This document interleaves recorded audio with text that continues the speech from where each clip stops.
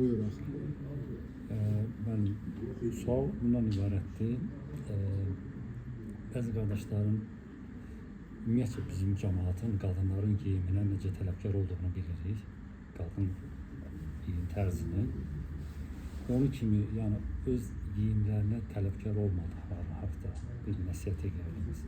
Yəni ki, tərzi, genişliyi, namazda bir çox hallarda görürsən ki, məsciddə namazda bel açılır, bir əl belində. Yəni bir, iki, yəni bu şeylər siz də rastlaşırsınız, bundan çox rastlaşırıq. Yəni qadınların geyiminə tələbkar olduğu kimi, yəni kişilərin geyiminə sanki belə bir çərçivə olmamış kimi buna biraz diqqətsizdirlər. Bismillahirrahmanirrahim. Elhamdülillahi Rabbil alemin. Salatu ve selamu ala abdihi ve rasulihi Muhammedin ve ala alihi ve sahbihi ve selleme teslimen kethira. En birinci Allah razı olsun davetimize göre. Sonra kardeş sual verir, soruşur ki, yani biz kadınların geyimine fikir veririk.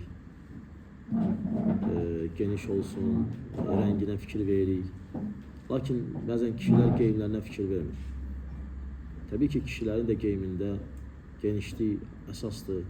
Geniş olsun, tam bədəni yapışmasın, izhar eləməsin. Həmçinin namaz qılanda kürəyin çöldə qalmasın, belin çöldə qalmasın. Çünki namaz batil olur elə olsun. Namaz batil olur. En azından alttan, yani bir şey geyinmək olar uzun. Üstten geyindiğin heç olmasa qalxanda o da paltardır, yani libastır, örtsün. Yani heç olmasa bu cür eləmək. Kişilərin də geyimində hədd var, hüdud var, şalvar topuqdan aşağı düşməməlidir.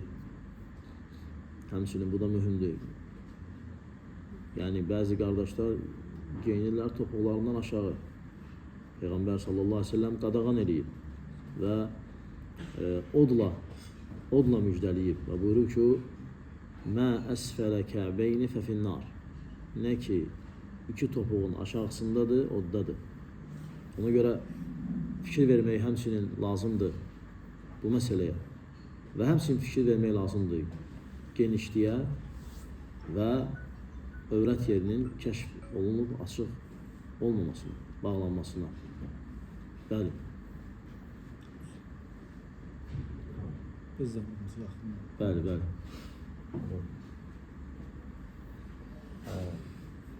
Varsa sual verin. Mənim ümumiyyətlə gecə namazı üçün azanla varmı? Məsələn, Məkkədə zaten rast gəlmə. Bilal radiyallahu anh azan verir gecə namazı üçün. Gecə namazı üçün azan, yəni o yatmışları oyalmaq üçündür. Aydın, çünki onlar meçiddə qalırlar, meçiddə yeyirlər, meçiddə içirlər, onlar yorulurlar. Onları oyalmaq üçündür, ayılmaq üçündür. Ama özün durdunsa gece, yani evde azan vermeye ihtiyaç yoktur. Evde durdun, azan iqamə fərz namazları üçün. Və həmçinin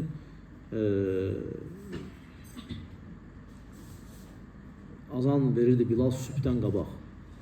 Sübhdən qabaq, bir saat qabaq təqribən bu cür ki, insanlar oyansınlar. Ama başka namazlara ve gece namazına azan diye bir şey yoktur şeriatte. Ama kaldı ki Kəbədə veya Mədinə məscidində qiyamul leyl deyirlər. Qiyamul leyl rahimakumullah böyle bir şey deyirlər. Yani oyatmaq üçün dəst namazın yoxdursa dəst namaz alasan, təharət eləyəsən, ehtiyaclarını ödəyib namaza qaydasan. Buna görə də. Bu da eyb etməz. Eyb etməz. Çünkü toplumu idarə üçün bir nida olmalıdır. Bir nida, bir çağırış olmalıdır. Onlar hazır olarak ibadete yaxınlaşa bilsinler. Bir de ailəsə ki, namaz gedir. Ola bilər ki, itirsin o namazı. Gitsin, düşsün, dəst namaz alsın, qayıtsın, gəlsin. Xeyirdən biraz məhrum olsun. Ona görə. Ama gece namazına azan diye bir şey yoktur. Gece namazına azan diye bir şey yoktur. Sübhdən qabaq var oyatmaq üçün. Necə cümədən qabaq var. tacirlər başı qarışmışları ayırtmaq üçün. Necə Osman radiyallahu anhu öz xilafəti dövründə bu məsələni icra etdi. Bəli.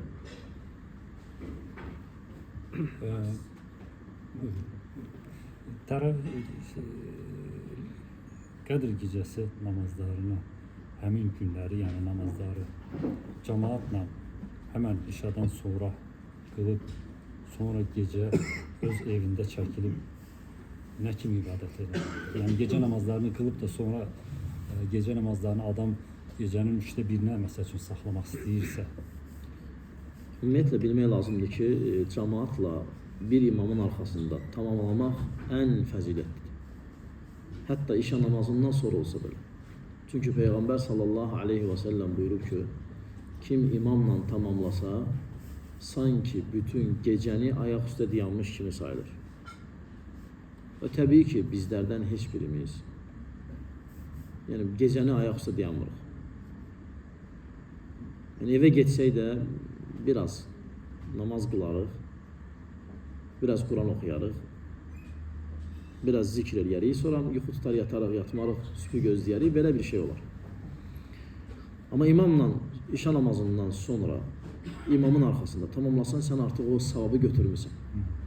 Və qayıdıb evə istəsən, biraz zikr eləyərsən, Allah'a biraz dua edərsən, ehtiyaclarını istəyərsən, biraz da Quran oxuyarsan, sonra dincələrsən sübh namazı üçün, bu sənin üçün daha xeyirlidir. Bu daha xeyirlidir. Yəni, daha çox keyfiyyətlidir insan üçün. Bəzi insanlar kəmiyyətə baxır. Ona görə Peyğəmbər sallallahu aleyhi və səlləm sübh namazından sonra durur, çıxır, gedir. Gəlir, görür ki, həyat yoldaşı hələ Allah'a zikr edir. Deyir, sən hələ də zikr edirsən. Deyir, bəli. Deyir, mən isə bir kəlmə dedim, o sənin etdiklərindən xeyirliydi. Subhanəkəllahumma bihamdih, adədə xalqihi, və rida nəfsihi, və zinətə arşihi, və midədə kəlimətihi. Bu deyir, zikr elədim. Deyir, sənin etdiklərindən daha xeyirliydi. Yəni, əsas nədir? Peyğəmbər sallallahu aleyhi ve sellem baxıb keyfiyyətə. Aydındır, keyfiyyətə. Bəli. Ən əfsəl budur. Amma səhər zikirlərinin vaxtı asandır, sübh namazı girandan sonra. Valla yəni bəzi alimlər var zöhrə qədər deyir. Lakin yaxşıdır günəş çıxana qədər, yəni şuruq vaxtına qədər, duha saatına qədər. Yəni həmin anda eləyə bilərsən, zöhrə qədər eləməz. Bəli, eləyə bilərsən. Allaha həmd eləyə bilərsən, tərif eləyə bilərsən ki, sabahlamısan. Və gecə də eynən. Axşam zikirləri başlayır əsrdən, hətta məğrib və işa, hətta o vaxtlar. Amma yaxşı vaxtı günəş batmayana qədər qutarmaqdır, bacarsın. Olmasa eyb etməz, eləyə bilərsən zikir. Bəli. Bir də mənim, tutaq ki, bir qardaş 10 nəfərə iftar verir. Pul yollayır, iftarın xərci artıq edir, bir qardaş onun cibindən ötürürsə də. O savabdan o qardaşa da yəni, gəlirmi? Əgər o qardaş 10 nəfərə iftar vermək istəyirsə və verdiyi nəvacib iftar üçün yetmirsə, birinci özünə deyil. Deyir ki, qardaş, sən verdiyin çatmadı. Bəlkə istəmir kimsə şərik olsun ona. Birinci özünə deyin ki, qardaş, çatmadı. İcazə verirsən, əlavə eləyək. Desə ki, yox. Nə qədər çatmır? O zaman heç kimə demirsən. Yox, desə qardaş, gücüm ona çatırdı. Üstündə özünü düzəldin, o zaman müraciət edə bilərsən. Birinci özünədir, özü haqq sahibidir. O elə düşünüb ki, çatacaq. Elə zənn edib ki, o pul çatacaq. Onun özünə qayıdmaq birinci özünə. Bəli. Duha namazı neçə rükət qılınır? Duha namazı 2 rükətdən 8-ə qədər. Duha namazı 2 rükətdən 8 rükətə qədər olan bir namazdır. 2-2-də. Bəli, 2-2 qılınır. 4 də qıla bilərsən deyənlər var. Amma Peyğəmbər sallallahu aleyhi və səlləm buyurur ki, gecə və gündüz namazları məsnə, 2-2-dir. Yəni fərz namazları çıxmaq şərti ilə bütün nafilələr 2-2-dir. Məsnə. 2-2-dir. Kimsə istəsə eyib etməz. Bəzi alimlər deyir ki, qılasan eyib etməz. 4 rükət. Amma yenə də doğru olan budur ki, 2-2. Bəli.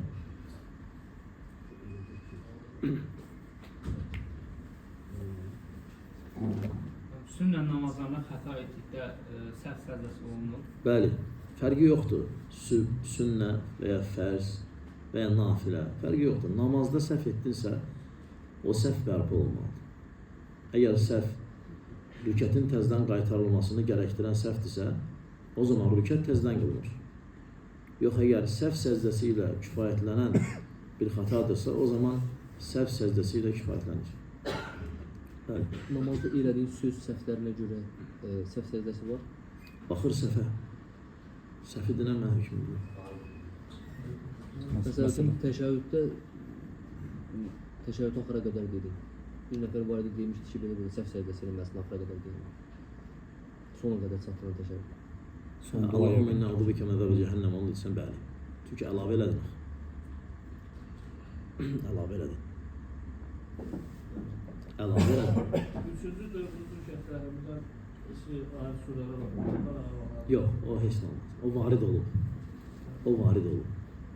İmam səfər qılır, sən tam qılırsan. İmam 2-ci rükətdə axıra qədər oxuyur təşəhhüdü. Sən onunla necə? Sən də axıra qədər oxuya bilərsən. Yox. Sən oxuyursan və dayanırsan. Oxuyursan Allahumma sallində dayanırsan. Oradan axıra qədər getmək olmaz da axı. Yox. İmamı gözləyirsən, bitirsin. Sonra sən qalxıb davam edirsən. Bəli. Niyə üçün oturub gözləyirsən? Çünki imam tabi olmaq üçündür ona görə. İmamın qabağını kesmək olmaz. İmamı ötmək olmaz. Həm belə fiziki, həm də hissi. Fiziki nədir? Yəni imam dayanırsa gedib imamdan qabaqda dayanmaq olmaz. Aydındır? Həm də belə sözdə onu qabaqlamaq olmaz. Aydındır? Hərəkətdə onu qabaqlamaq olmaz. Aydındır? Yəni imam rüküyə gedməyib, sən rüküyə eləmirsən. Olmaz. Həm belə qabağına kesmək olmaz, həm qabaqlamaq olmaz. Hədisdə gəlir ki, kim imamdan qabaq bilə-bilə səcdə eləsə, onun başı uzunqulaq başıdır. Allah onun başını uzunqulaq başına döndərər. Bəzi sələflər deyir ki, bu hədis qəsdən eləyənlərə aiddir. Bilə-bilə, bilməyərək yox, bilməyərəkdən heç. Bəzi sələflər deyir ki, eləyən gördüm bilə-bilə, dedi ki, Allah mənim başımı döndərsin uzunqulaq başına, deyir, uzunqulaq başı oldu başı. Təbii ki, indi biri gəldi ki, mən də eləyim, olmayız axı. Bu nadir olur, yəni Allah göstərir bəzi şeyləri, göstərmək üçün. Bəzi salihlər görüblər qədimdə. Allahın ayətlərindən istehza eləmək istəyib və başı uzunqulaq başına dönür. İmamdan qabaq səcdə edir. Hədis ayətdir qiyamət günü. Qiyamət günü Allah onun başını uzunqulaq başı edir. Kim ki imamdan, çünki uzunqulaq yəni nə qədər şeydir ki, başa düşmür ki, imamı keçmək olmaz. Ona görə İmam Zəhəbi rahimehullah deyir ki, bir nəfər Peyğəmbər sallallahu aleyhi və səlləmin bu hədisi ilə istehza edirdi. O zaman ki, elm adamları yığışıb Allah Taala'nın kitabını və Rasul sallallahu aleyhi və səlləmin sünnətini tədris edirdilər, öyrənirdilər. Dedi ki, sizin Peyğəmbərimizdən bir hədis var ki, o deyir ki, Allahın mələkləri öz təvəzzükarlıqlarını göstərib, elm öyrənən, elm tələb edən insanların ayaqlarının altına öz qanatlarını salarlar. İmam Zəhəb rahimehullah deyir ki, məclisdə biri dedi ki, bəli, Allah Taala öz mələklərini əmr edir ki, qanatlarınızı salın, elm tələbəsi gəlir, elm öyrənən gəlir. Deyir, o zaman deyir, o da ayaqqabısının içinə mismarları vurmuşdu. Dedi, indi mən mələklərin qanatlarını deşəcəm. Yəni, ayağımı yerə basacağım, qanatları deşilsin. İmam Zəhəbi deyir ki, ayağı qaldırdı, dondu qaldı, yendirənmədi. Ayağı suduğğa kimi oldu. Təbii ki, o deməkdir, kimsə indi eləsə, onda ayağı suduğ olacaq, yox. Lakin Allah bəzən göstərir. Allah bəzən öz ayələrini göstərir, lakin körlər görmür. Bəli. Qardaş sual. Bəli. İstiqara namazı qılanda, məsəl üçün, alınmasa, ikinci səfər bir də qılmaq olar istiqara namazı. Bir iş üçün 2 dəfə, 3 dəfə, 4 dəfə, 5 dəfə istixarə qılmaq olar. Allah razı olsun. Bir iş üçün bir neçə dəfə istixarə olar. Sadəcə olaraq olmaz ki, mənim üçün namaz qıl. İstixarə qıl mənim üçün. Mənim üçün istixarə elə. Deyə bilərsən ki, mənim üçün dua elə. Amma mənim üçün istixarə et, yox. Mənim üçün dua et deyə bilərsən. Yəni belə iş alınmadısa istixarəni elə qıldın, tutaq getdin hansısa iş alınmadı. Yerədən gəlib bir dənə istixarə qılıb o işə addım atmaq. Bəli, sən istixarə elədin, bir işin dalınca getdin və gördün ki, iş alınmadı. Sonra oturdun, fikirləşdin ki, niyə alınmadı? Baxdın, gördün ki, bir maniyə olub orada. Bir məsələ olub, bir səhv eləmisən. Bir maniyə olub, bir xata olub, bir yanlışlıq olub. Deyirsən, Allah Teala buna görə vermədi mən onu. O yanlışlığı düzəldib, yenə istixarə edib Allahdan istəyirsən və görsən Allah verir. Çünki insan verməyəndə gərək bir fikirləşsin ki, niyə vermədi? Təbii ki, versə neymət, verməsə hikmətdir. Allah Teala versə neymətdir, verməsə hikmətdir. Adəm övladı versə minnətdir, verməsə zillətdir. Qəlb barədə soruşur. Qəlb, Qəlb. qəlb. Nəfs qəlbdəndirmi? Bir də insaf qəlbdəndirmi? Onlar nə fərq edir? Təbii ki, onlar qəlbi əməllərdir. Nəfs, təbii ki, insaf əməldir. İnsaf qəlbi əməldir. Amma nəfs qəlbi əməl deyil. Nəfs, yəni insanda olan bir şeydir. Onlar ayrı-ayrı məsələlərdir. Məsələn, insafı gəldi, yəni qəlbində bir hərəkət oldu. O qəlbi əməldir. Qorxu kimi, ümid kimi, məhəbbət kimi qəlbi bir əməldir insanın. Amma nəfs tamam ayrı bir mövzudur. Nəfs istəyə bilər pisliyi, nəfs istəyə bilər yaxşılığı. Amma insaf, yəni ancaq yaxşılıqdır. İnsaf edir. Bu əməldir. Bəli. Məryəm surəsində siz hamınız cəhənnəmə aid. Bəli. Yəni sıratdan keçəsiniz. Çünki sırat cəhənnəmin üstündədir. Sırat cəhənnəmin üstündədir, hamı görəcək o cəhənnəm. Allah Teala bizi bu Ramazanın 26-cı günü, 27-ci gecəyə yaxınlaşırıq. Allah Teala bizi və bizim atalarımızı və analarımızı bizə bağlı olan hər bir kəsin yəni cəhənnəmdən xilas edən bir gecə etsin bu gecə. Hər birimiz. Allah'ın yardım. Hər birimiz. Bəli. Yəni sual verir ki, saqqala kant qoymaq olar mı? Yəni Saqqala kant qoymaq məsələsi təbii ki saqqala saqqala belə saxlayıb kant qoymaq yox, elə yox. Amma saqqalı uzundur, məsələn, gözün altında çıxır, aydındır, oranı götürə bilər. Kant mən onu deyirəm, yəni demirəm belə xəttlər belə, elə yox. Məsələn, çıxan düşdü ki, buranı bəzi alimlər saqqaldan saymır, gözün altında. Deyirlər, bu almacığın, yəni bu sümüyün altın, bu sümüyün altı saqqaldır. Və boğaz yoxdur, hulqum. Hulqumun üstü saqqaldır, altı bitənləri də götürmək olar. Aydındır, hulqum kişidə olur, onun üstü saqqaldır, altı saqqaldan deyil. Və saqqal bu sümükdən,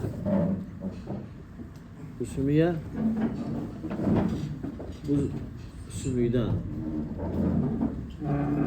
boğaz sümüyü bu belə əhatə olan bir yerdir. Bax, bu da saqqaldan deyil, bura da saqqaldan deyil. Alt dodağın alt hissəsi təqribən bir barmaq yer saqqaldan deyil. Qızlarınızı nə qədər qısa edə bilərlər? Nə qədər, alətin nə qədər etdi o qədər. Təbii ki, tam sıfır eləmək bəyənilmir. Bəzən eləmək, o cür eləmək olmaz. Çünki o, bəzi yerlərdə xavariclərin sifəti kimi tanınır. Bəzi yerlərdə. Yəni, bu barədə ixtilaf edib alimlər. Yəni, tam ağartmaq olmaz. Amma biraz əl vuranda nəsə dəyir, eyb etməz. Əxi, məsələn, ondan var ki, bığını qısaltmır ki, elə kimi düzəldir də, böyünü başını düzəldir ki, bizim yaşadığımız yerdə dəvəti qəbul eləmirlər o qədər. Yəni, eyb etməz. Yəni, eyb etməz adam deyir ki, bəzi fikir versin, eyb etməz. Əsas sünnəyə müxalif olmur ki. Yəni etdiyi əməl sünnəyə müxalif deyil ki. Yəni qısaltmır, yəni uzunluq bu böyrəlmələrdən belə kəsir ki, yəni kant qoyan kimi də belə o dədə-baba babalarımız Saqqalı da var da yəni. Yəni bığı yəni bığı düşmür də dodağından yeməyə zdayız. Üstədir. Eyb etməz, yəni götürür, eyb etməz. Təbii ki, belə biz dayanmır da, yəni ki. Bir də sual verir ki, ixtiyarsız fikrim namazdan yayınır. Normal halda. Borcum çoxdur, namazda fikrim tez-tez yayınır, sıxıntılarım çoxdur. Valla normal halda, yəni insanın fikri namazdan ayrılması normal halda. Yahudilər gəlirlər Peyğəmbər sallallahu aleyhi və səlləmin sahabisi İbn Abbas'a deyirlər ki, sizdə namazda vəsvəsə var. Bizdə namazda vəsvəsə yoxdur. Bizdə namazı qılanda vəsvəsə olmur. Sizdə namazda vəsvəsə var. Yəni demək istəyir ki, biz sizdən üstünük.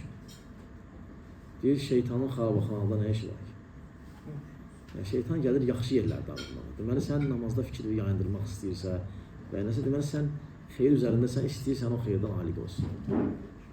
Bəli. Normaldır, sadəcə həmin an qayıtmaq. Həmin an qayıtmaq lazımdır. Tez fikri cəmləmək lazımdır. Kişi bədənindən tük götürə bilərmi? Kişi bədənindən tük götürə bilər. Eyb etməz. Yəni elə yerlər var ki, əmr olunub olan tük götürmək, elə yerlər var ki, yəni şəriət susub, ixtiyar sahibi. Əsas nədir? Qadına oxşamaq.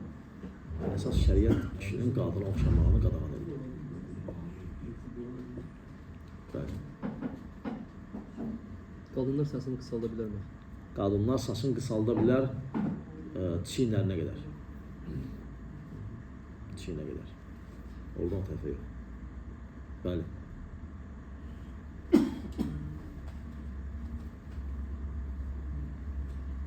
Fitrə zəkatı barədə Elhamdülillah fitrə zəkatı Ramazanın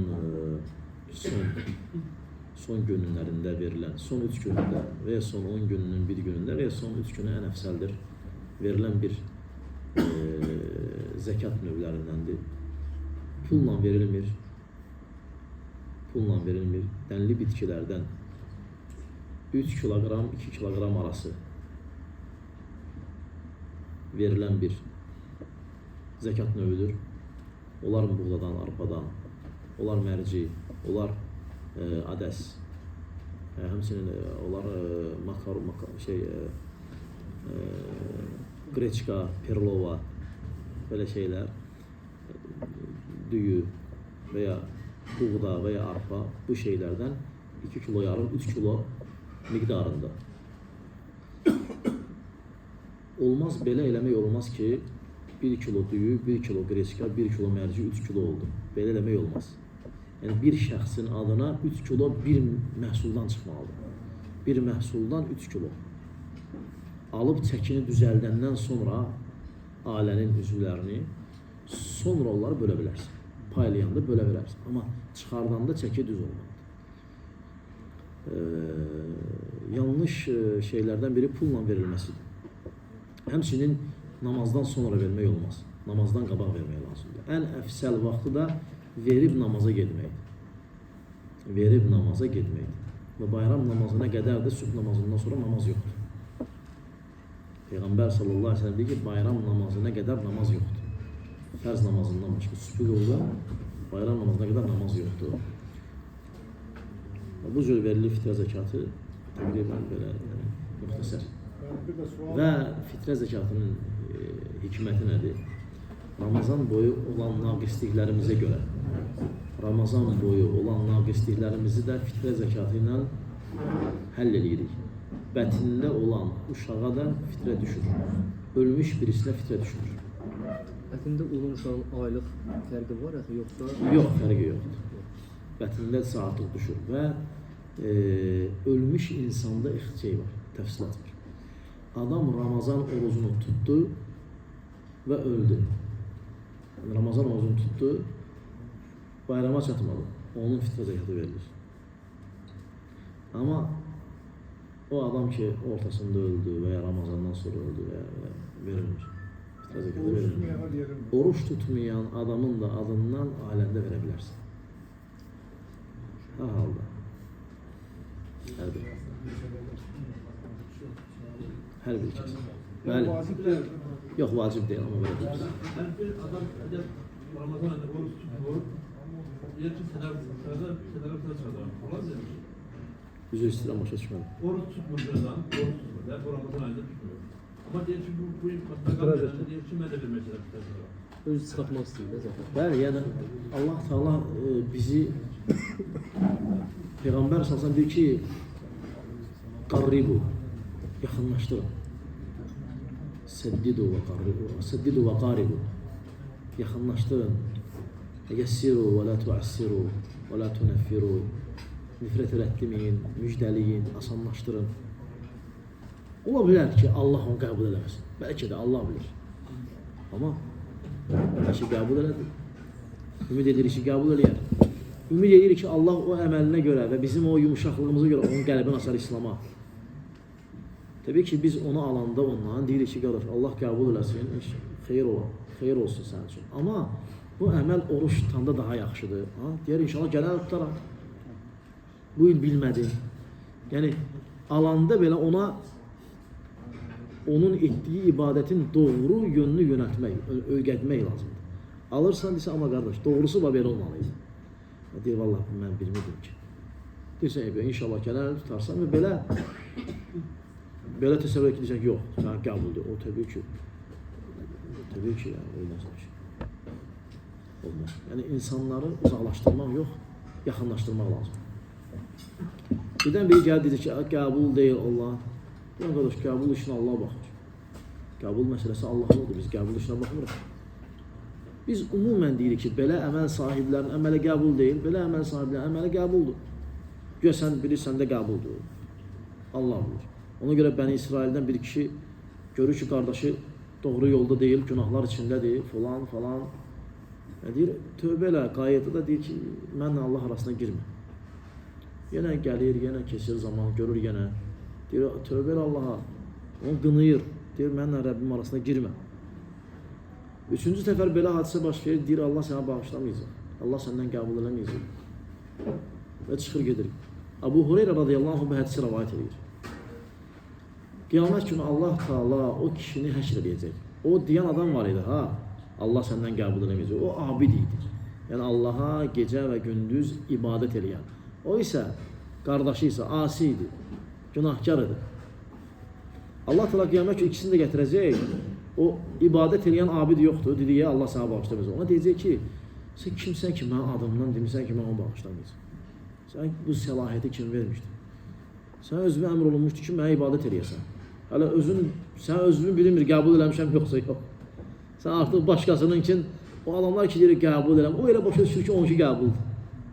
Onlar elə adamlardır. O özünü fikirləşsə ki, mən eləmişəm, görəsən məndə qəbuldur. Allah Taala deyəcək ki ona, amma o, yəni o günahkar, onu bağışladım və ondan qəbul etdim. Amma sən cəhənnəmə. Abu Hureyra radiyallahu anhu bu hədisi rəvayət edir. Hədisin sonunda Abu Hureyra'nın sözü gəlib bizə çatır. Abu Hureyra deyir ki, radiyallahu anhu, deyir, o boyda Allaha ibadət elədi. Bir dənə kəlmə dedi, Allah sənə bağışlamayacaq. Bir dənə kəlmə dedi, ahirəti məhv oldu. Lazım heç kimin neyinəsə qarışmır. Allah'ım bizdən qəbul elə ya. Belə denəmirsən. Qəbul eləməyəcək. Sən yaxşı zəndə ol. Bəziləri deyir, siz ölənlərə şəhid deyirsiniz. Nə deyək qardaş? Biz zənn edirik ki, onlar şəhid. Qiyamət günü şəhid olmayacaqlar. Rəbbimin işidir. Mənim Rəbbimə qarşı zənnim oydu ki, o şəhid qəbul edər bunlar. Qəbul eləmədi. Yəni demək ki, olmaz. Mən Allahın adından danışıb demirəm ki, şəhiddir. Mən deyirəm, şəhid o kəs ki, ona Allah və Rasulü şəhid deyir. Amma ondan qeyrlə deyir, inşallah şəhiddirlər. İnşallah ki, şəhadətə qovuşdular. İnşallah ki, onlar Allahın rəhmətinə qovuşdular. Amma bu belədir, belə deyir, qiyamət kim bilinəcək? Kim eləsə deyir? Aydındır? Allah razı olsun. Gələn varsa sual verin.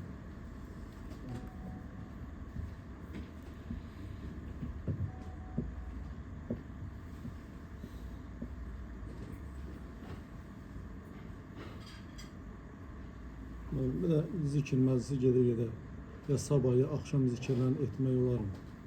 Tutaq ki, oturmuşuq zikr məclisində.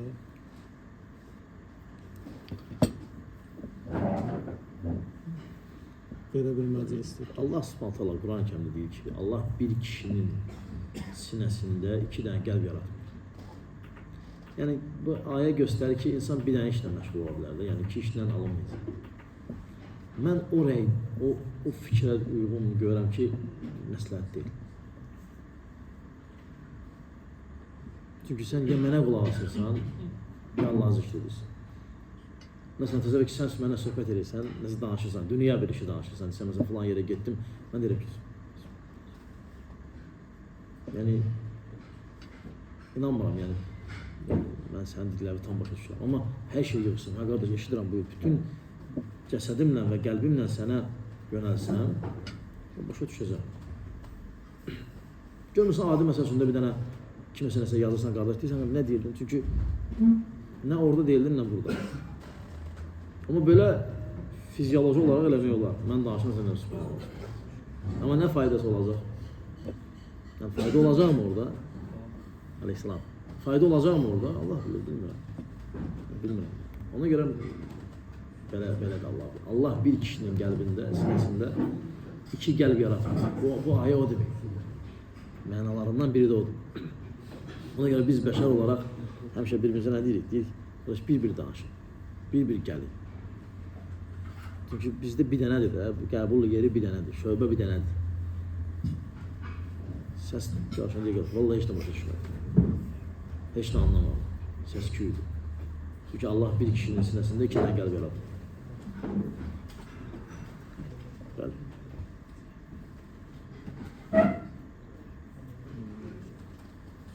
Hələ 20 dəqiqə var, hə? Yaxşı, bəs sual var. Onda saxla.